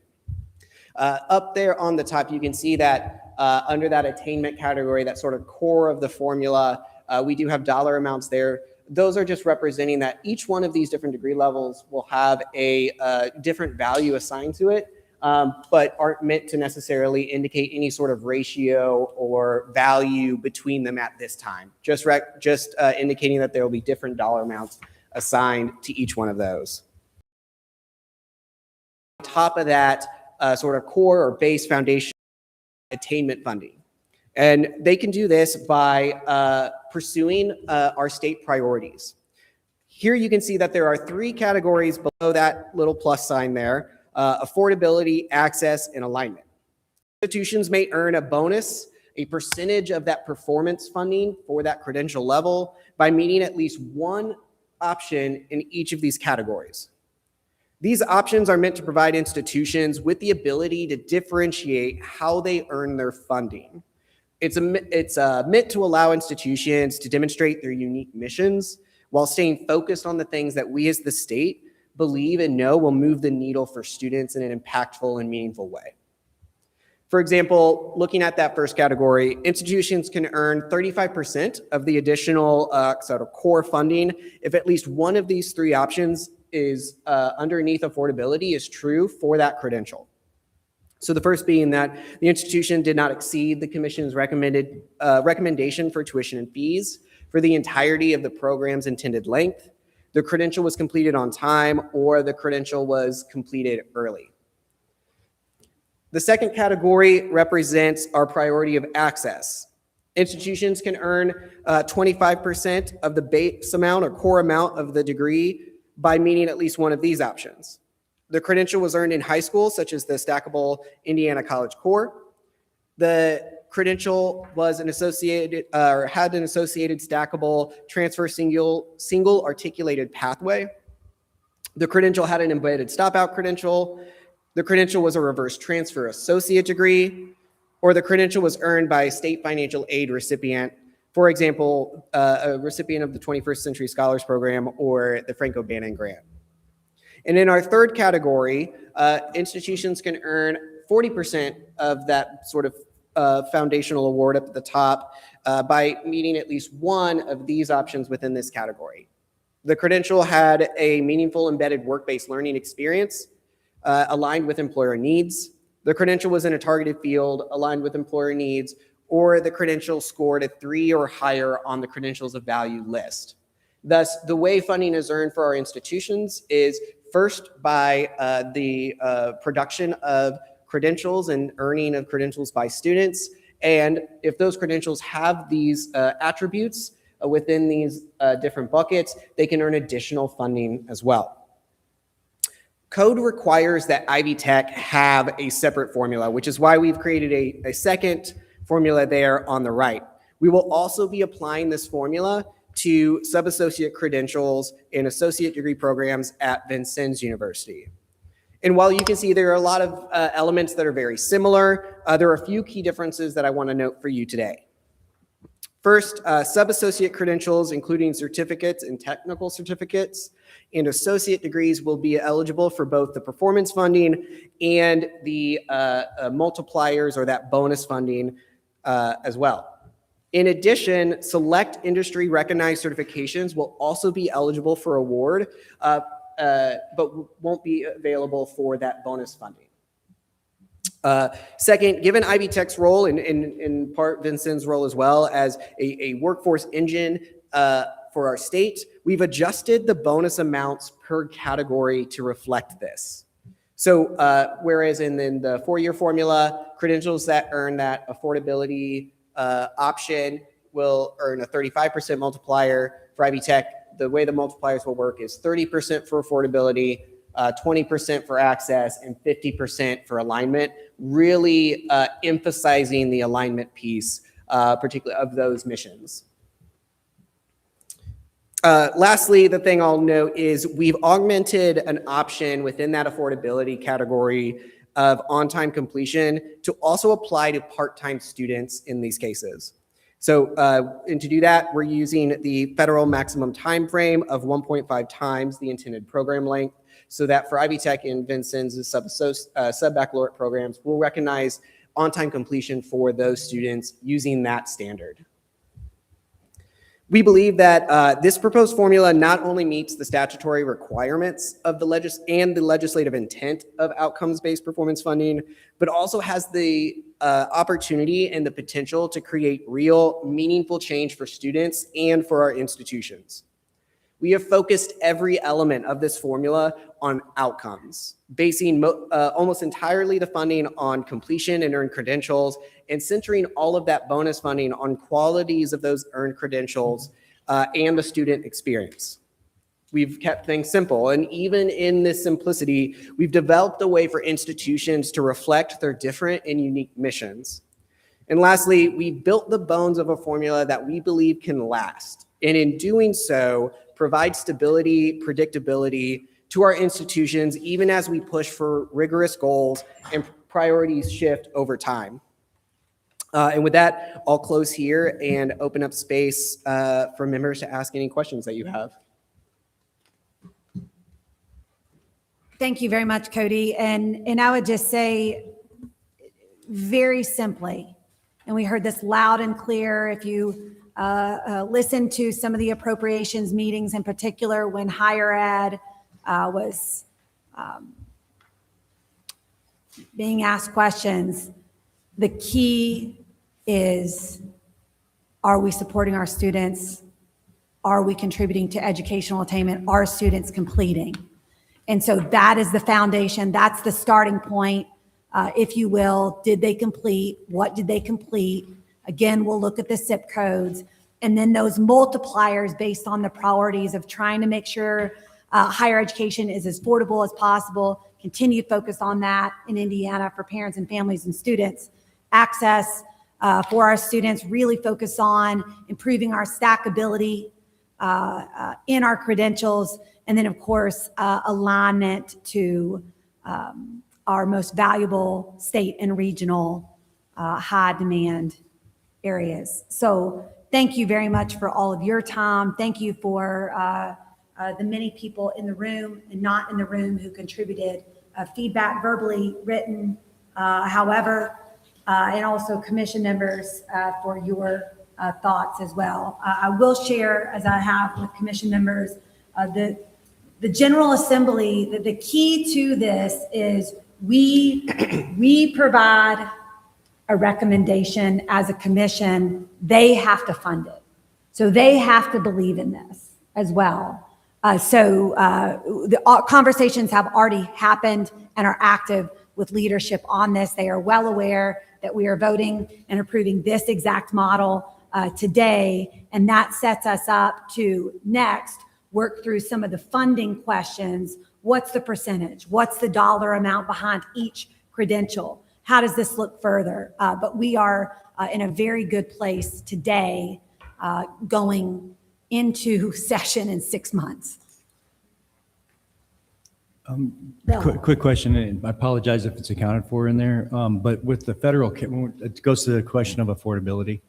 With the federal debt caps and now sort of an emergence of private lenders, are we able to track still total student debt coming out, whether or not it's been furnished by the government? Because I think the intent was to get the cost down. But what we're seeing is maybe, a little bit of leakage in terms of going out for other funds. So I'm just wondering if we can, so that we can understand the evolution of that impact. So there are a number of data points that have been raised that as a state, we would like to contribute to this formula. But that if the data is not certain, we have that on a short list to work through. Some of it might be needing additional clarification or information from our institutions, but that one is on our list, and a university president also elevated that. So it's on our short list to work through. Because this model, is per statute, by statute, we have to revise every 2 years. My hope would be, I think, and for the sake of higher ed and trying to keep it simple, we can't keep changing the model every single cycle. So my request would be the model that remains as the foundation going forward. And then we look at some of these additional bullets, one that you mentioned, Bill, there are others as well, as data points that we seek to gather and then transparently share with the public ahead. Yeah, I mean, I do support this, absolutely. And I don't think in that category we'd have enough data at this point to really Not truly yet. understand it, but I Not just want to yet. make sure it's being tracked as well. Yes, sir. Thank you. Secretary Jenner, in your opinion, or actually maybe in your knowledge, do you believe that what's presented here, the General Assembly will get behind, or you're pretty certain, correct? Because that's really, we've got to make sure they get behind it, right? Because they hold the purse strings and are the decision makers here from that perspective. We work very closely with leadership, as everyone in this room and beyond knows. Frequent conversations. They have been very, very good partners and collaborators with us. Some of the individuals who had the strongest, very smart questions, quite frankly, of us in the past, we reviewed those questions. We called those specific legislators and talked through what are your thoughts. We are, there's so many unknowns in 6 months in the world we live in, but in the place that we are today, we are in a very good position in terms of support from leadership. That's good. Yes. Because the better they feel about this, the better opportunity we have to achieve what Mike has been talking about. Yes, sir. You're exactly right. Get that incentive funding. You're exactly right. And it has to start, Kent, to your point, much before session. Those conversations and making sure we're working together as one Indiana, trying to move the needle in educational attainment in valuable areas. What else? Questions, thoughts?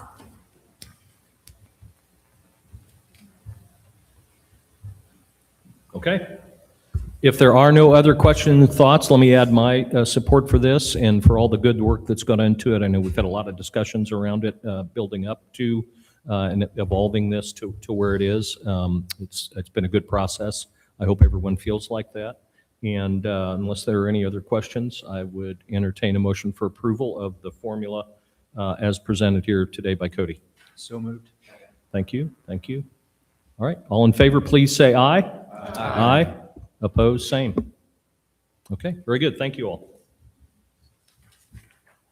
All right. So last but not least, I'd like to welcome our friends. I don't know, Becca, if it's just you or who all's going to be doing this, but thank you again for hosting us here for today's meeting and for breakfast. We appreciate it, and as always, and would turn it over to you for our student success presentation. Well, thank you again for the opportunity. Don't worry, think of me as the MC for today. I'm going to sort of lay out some framework, and then we will have some guests to do the real work. Join us for different portions of the presentation, but we're grateful for the opportunity to present today. We would have loved to host you on our campus. We love hosting, not just because our campus is beautiful and our facilities are full of students from Indiana doing great things, but one of the things that I love when you come on campus that you'll see and we hope to showcase a bit today is I like to call it a gamble. President Mearns prefers when I say it's a calculated risk, but we don't brief our folks because we've created this wonderful ecosystem. I really believe the alignment that we have across our institution is really well aligned with the work that you're doing at the commission and the other entities in the state. I love the 4As, and I think hopefully you'll see some of that alignment as we talk about some of those programs that are so important to our state and keeping our students who graduate here in the state, but also to make sure that they have that really excellent educational experience. So, going back to our strategic plan, as we think about a strategic plan for Ball State University, it is a working strategic plan. Everyone who has a strategic plan, turns out they say those sorts of things. We're really, really serious.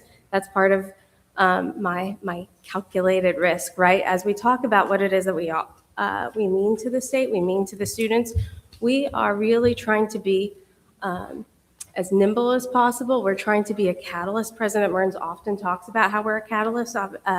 Some of you have seen, some of you, most of you, all of you have heard through some of the building approvals about our village.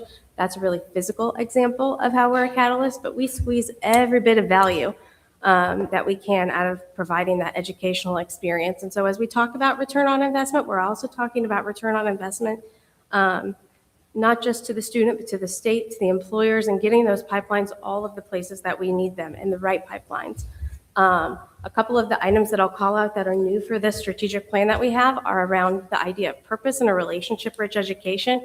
As we expose our students to all sorts of different opportunities and then throughout Indiana, we want to make sure that we are fulfilling not just the idea of the subject matter of what we're learning, but our trustees and president have become a little concerned about the unhappiness of folks across the country. And I think as we really dig into purpose, we're talking about that intersection of what you value and your contribution to the greater good, to the public good. And so as you think about that, as students make choices about where they want to be, the career they want to have, the things they want to be civically engaged in, all those things come together, I think, to create a sense of fulfillment. Again, we really care about not just fulfilling careers, but meaningful lives. And I think it ties those things together really well. We've also called out the idea of a relationship-rich education. We want to do that, one, for student success as students are going throughout our institution, but also we really want to make sure that they're creating those relationships in and throughout the state. Their best networks are the ones who have invested in them from the time they were in K-12, when they're doing those K-12 learning experiences. And before they come to us, and if we can help to ignite those as not just, my friend's mom who drove us here, who had the great snack drawer, whatever it is, but that's my network. And if I want to go back to my community, they've articulated what it is that they can need and what the value, or what it is they can do in terms of network and what the value of coming back to that community is. So today I'm going to attempt to highlight just a couple of initiatives that we have been focused on. You've heard me talk a lot about how we're a state serving institution. You've heard me talk about the skills infusion. I'm going to pop this up. You have a couple of handouts. One of them has that graphic here so you can remember it. And we'll talk a little bit more about what that is. But as we think about the things that we've shared in the past, we've talked about skills infusion and how industry meet with through our career center with faculty and talk about all of the different workforce outcomes and competencies that are needed in today's workplace. We also talk about faculty externships, where faculty who do that program then go on and spend time. All those ways are about signifying success in and throughout Indiana for our students, but it also makes it a more impactful, meaningful experience. You've all been to the Indiana, well, many of you, not our newest members, but you've been to our Indiana Connection Lounge. Again, it's about making sure that our students find different ways to apply what it is they're learning in the industries and in the communities that mean so much to our state. So back to this handout, this is a toolkit. It turns out that the people who already like us know how to work with us. We need to make sure that everyone across the state knows how to find our programs. We're a nimble institution and it's not as complicated as you might guess. And so there's a QR code. You are welcome to share with those in your areas of the state. But I think this is a way that we can reach out to more folks. The other thing that you have that you're probably more than familiar with is the handout that shows that we have students from all throughout Indiana, all 92 counties. And it turns out we're really careful about making sure that we're creating those opportunities for students to go back to all 92 counties. We are focused in a way that many have shared with us that they have not seen in other places. And so we want to make sure that we're doing that work. And then finally, now it's sort of a consistent thing, right? But on the other side, you see 80% of our students decide to live and work in Indiana upon graduation. So of the 91% of each incoming class that comes in that are Hoosier students, we are pretty big bang for the buck. So without further ado, I will start to talk about some of those initiatives. I'm going to ask Garrett to join me for this first portion. Garrett Tur is our area coordinator for our living learning communities in our dorms. We think it is so important from the students' first days on campus that we make sure that the idea of success in Indiana is really important. So he's done some pretty groundbreaking things to highlight success in Indiana. So I'll pop up the fun pictures and I'll let you share a little bit about what you do. Wonderful. Thank you so much, Becca, and thank you, Commission. At Ball State University, we have a housing requirement for all first-year students. And we really leverage this opportunity to assign students by major or their honors college status to one of our 12 living learning communities. And this alliance allows us to provide strategic direction and programming that connects the academic experience with a career exposure. My staff and every LLC has academic peer mentors that serve alongside resident assistants that provide guidance to first-year students. These peer mentors also help plan site visits that expose students and opportunities to leave campus and explore destinations in Indiana businesses with tailored experiences where they engage with an employer and learn more about the industry and their career field of study. In the past, these trips have really gone anywhere we found willing partners, whether it's Cincinnati, Chicago, Louisville. But a few years ago, we really sought to align with as a state-serving institution and target these industries in Indiana and to focus and align with Ball State as an Indiana-serving institution. During the 2025-2026 academic year, we had 428 students leave campus and visit 9 different counties, from Allen County to Spencer County, with 26 trips that left campus, including OrthoWorks in Warsaw, Indiana, Sweetwater in Fort Wayne, Delara and Speedway, the Indiana State House, not too far away from here, Marion VA Hospital, and more beyond that. Our purpose here is to ensure that every student understands that there's an industry in Indiana for each of them and that their success can be here to pursue a fulfilling career. However, we recognize that students are making decisions about their futures based on more than just simply a job. They're interested in leading meaningful lives. For that reason, we are also intentional about providing them with experiences on these trips that give them a glimpse into the quality of life that they could have in these various communities. These are simple exposures. Sometimes it's just dining at a local restaurant that's frequented by people in the community or that place of work, visiting a park, or engaging with individuals on topics that reach beyond the 9 to 5. From the moment students step into their living learning communities, we introduce them to industry and begin introducing them to what Indiana has to offer. If you've ever had the opportunity to visit one of our residence halls, you've probably seen a unique map of Indiana that highlights that particular field of study of that LSC. The map is a first impression. A conversation with an academic peer mentor makes them aware of what's possible, and a trip to a specific organization, Indiana community, makes them aware of that provides that tangible example and introduces them to industry connections. This is one way in which our campus experience bolsters the talent pipeline in Indiana. Thank you, Becca. So we love this. The default of our new freshman students is that they live in the living learning community in which their program is based. And so this is really so important to calibrate what the idea of success is for our students as they're beginning their academic programming and to start to create some of those relationships.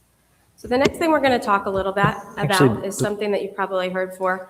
Yes. Before we go away from living learning communities, this idea of having a map of Indiana in the dorm. Mhm. So, and if I understand it correctly, student comes in, students majoring in engineering education, and you see a map. Here's all the places where that career can go in the state. Is that what I'm? It can be that. It can be something that's interesting based on the major, and there's room for more maps. So whatever it is that I think that our state wants to communicate to those students, for instance, there's maps in the living learning community for education of all the school districts. There's also, in the STEM living learning community, I'm going to maybe butcher this a little. You'll tell this isn't my area of expertise, but a topography map that shows different interesting things about what it is that, as you're thinking about waterways and, some of those things that make a difference. So there's all sorts of different possibilities. One that makes them see that their major is relevant here, but then also that there's a place for them to work. And there's lots of walls, and we're happy to put as many maps as you want. I understand and approve the vocational focus, but I always think of the liberal arts. What if I come in and I'm an English major? Mhm. What does my map look like? So Just I'm trying to improve Yeah. my character. that is a huge focus.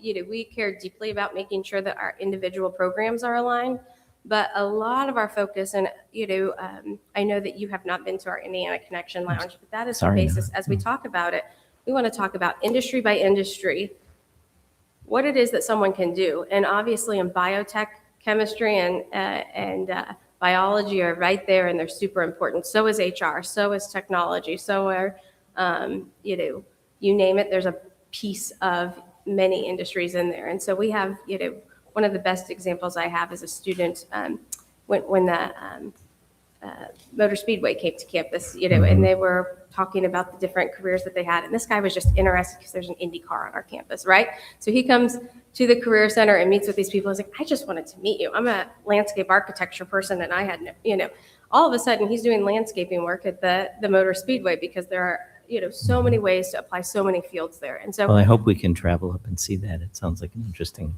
yeah, center. and we actually Thank do you. have regular conversations with all of our deans together about the industries in which Indiana is interested in or that are important to our community, and talk about how each of their programs fits into that, because it is really, really important that you don't get, we want to inspire success, not pigeonhole you into, that. So Becca, kind of somewhat related topic to the question that I think Ted's asking. I remember a few years ago when we were up there hearing about the way that Ball State was using the industry partners to help inform all the different degree programs in their curriculum.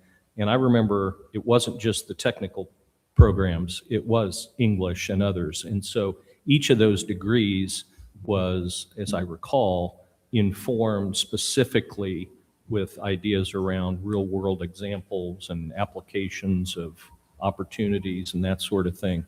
So I assume that's continued and is built into things like these maps. It helps inform not only the students, but the faculty, say in English, about how to weave in opportunities. Yeah, for right? English, just Greenfield and James Whitcomb Riley would be on my English map. So well, wonderful. Yes, we still love making sure that we're taking a multidisciplinary approach, and all of those living learning community site visits, they fill a bus and they take the students places, but they open it up when the bus has extra spots. They make sure that anyone who has interest in those particular employers or communities has an opportunity.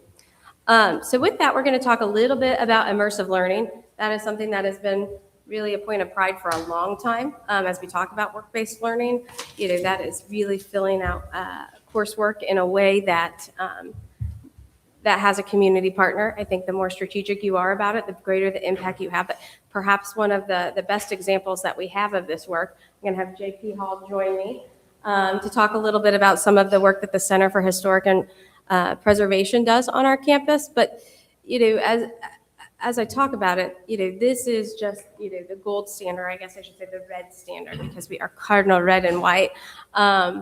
But it's so important in so many ways as we work on that definition, for work-based learning, that it could be immersive learning, it could be internship sorts of things, but we love talking about this gold standard. And you have a partner, an industry partner who is going to join us, and generally when folks present, we say break a leg, and unfortunately she did break her leg before this and was unable to join us, but we're grateful for enthusiastic partners.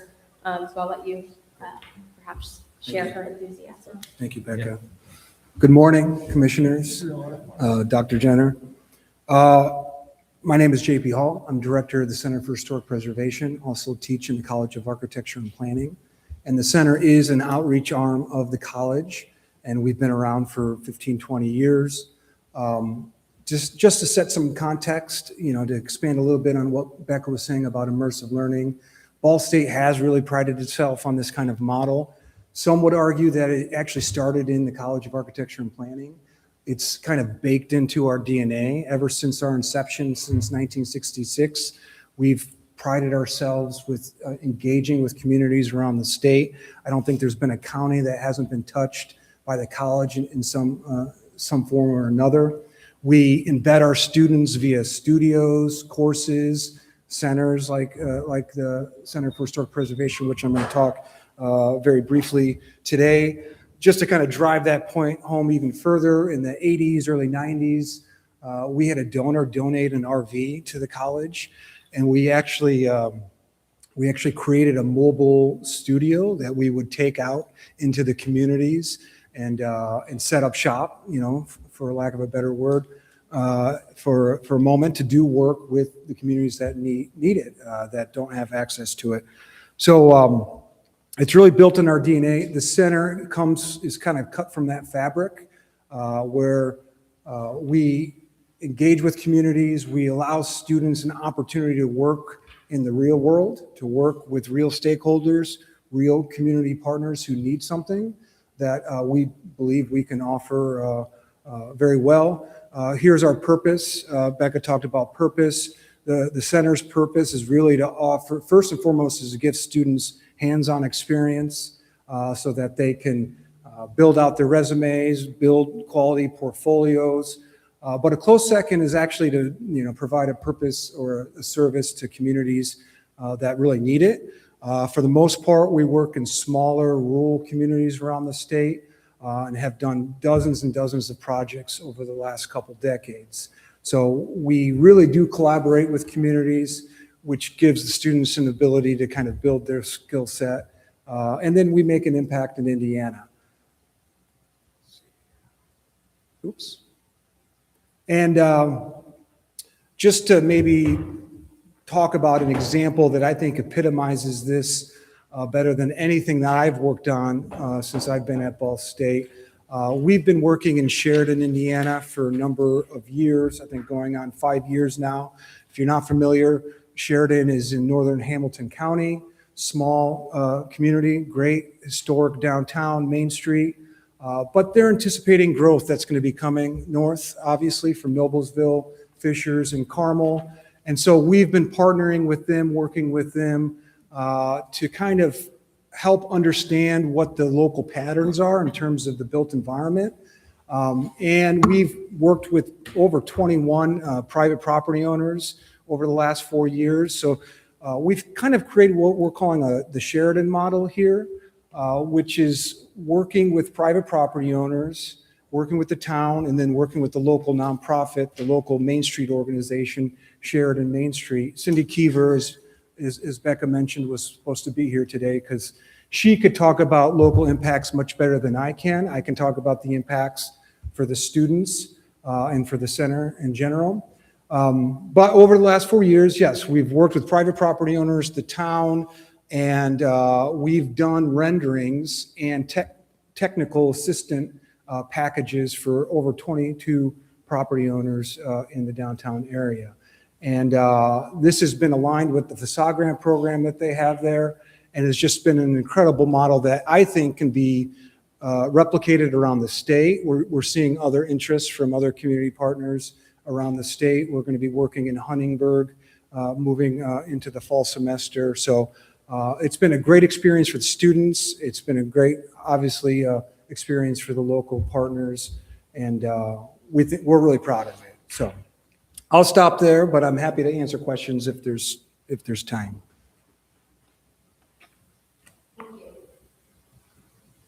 So you can see that's just a great experience. I know for the students, they are really learning a lot, learning about communities across the state, the communities are learning about what it is they want to be and how to get there and being strategic around it. And our students being part of that solution is such a fulfilling thing for them, but it also helps inspire what their definition of success will look like later. So our last mystery guest is one of my favorite programs, the County Ambassador Program. It is still the only program of its kind that I am aware of in the country. It takes students, I'll pop up this, I will not read all, oops, the pictures are fun. I will not read all of this, but just for your information, it's only a couple of years old. We launched it as soon as we thought of it. We have students from all 92 counties. Surely there's someone who wants to say nice things about where they're all from. It's really important they tag back with a contact in a local community because, we want to know what the county wants to share, whether it's the municipality involved, sometimes that's a big source, whether it's a tourism group, whether it's the goals of the Economic Development Corporation of that entity or the Tourism Bureau. I think it's really important for students to have a partner, but then in their sphere of influence, they pretty much take it whatever way they want to go. They don't get paid, but they do have the best opportunity to network with whoever it is that they want to and tell a really great story about how our students can have fulfilling careers and meaningful lives throughout the state of Indiana. So to date, I think we are at 53 counties who have signed up to do this work with us, and Crystal in the back runs this program, but I am going to introduce Caroline Emmerich, a very recent graduate, but one of our Starr County ambassadors, to just share a little bit about her experience and some fun pictures. All right. Good morning, everyone. My name is Caroline Emmerich, and I'm so excited to talk with you all about the County Ambassador Program today. So a little bit about me. I'm a recent Ball State graduate, just graduated this past May with a degree in Human Resource Management, and I am a born and raised Indiana native. I'm from Columbus, Indiana, and my family still resides there, so Bartholomew County is my home. But why I got involved with the County Ambassador Program and what benefit it's brought to me, it's given me a lot of strengths, and I almost would say it gave me a strength portfolio. I was able to be involved for about 2-ish years with the program, and I ironically got involved in probably the most business student way possible. I accidentally networked my way into the position when striking a conversation with Crystal at a networking event our college was hosting. But the strength my network is probably the greatest benefit. I can confidently say no matter where I would go in Indiana, I have connections in every corner, whether that's staying in my city, in my county, or statewide. And not many graduates can say that as confidently as I can. Now, I would also like to touch on the impact the County Ambassador Program has had in my life too. Recently, I was able to relocate to Brownsburg, Indiana to pursue my career post-grad, and I was able to actually connect with another county ambassador to give me recommendations on where I should go in the area, and that was a great way to feel at home and get connected with not only fun opportunities, but also new community initiatives that I could get involved with, and even the local farmers market, which who doesn't love that? The other impact I like to say and speak to with the program is that a lot of the students that get involved, like myself, were able to take it in a lot of different directions. I was pretty involved on campus, serving in multiple different clubs and student governance as well, but a lot of students, either they're ambassadors like in a peer-to-peer organic conversational way, or we're utilizing social media marketing to kind of promote the program and promote our home counties. One of my favorite things to speak to with the impact is I recently had a video go slightly viral with our County Ambassador Program for a following account that in Columbus, it's called Visit Columbus, Indiana. It only had about 5,000 followers at the time. I had a video hit 60,000 views with impressions both in and outside of the state, which meant a lot of eyes were suddenly looking to Southern Indiana and Columbus as a next tourism bucket list item. But nowadays, since I have recently graduated, I am still happily living and working in Indiana. If you're a sports fan or maybe you like hats, you might have heard of the retailer Lids. I'm a human resources coordinator for them, which is pretty full circle since I actually connected with them at our college career fair. So the County Ambassador Program really gave me a lot of opportunities to see why I wanted to stay rooted in Indiana. And also, again, it gave me that network to feel comfortable and confident no matter where I would go, no matter what job I might take, whether that's staying in Brownsburg or maybe that's going back home to live and work in Columbus, Indiana, which if you also haven't heard of Cummins, it's headquartered in Columbus as well. So it's a great industry to support there, no matter if you're interested in hat retail or engines. So happy to take any questions. That's awesome. What a great program. You are very clearly an ambassador for Ball State and Columbus. Absolutely. And also very well spoken. I got a text from a couple folks, and you are very well spoken, and your energy, we can feel it. Congratulations on your recent graduation. Thank you so much. Very cool.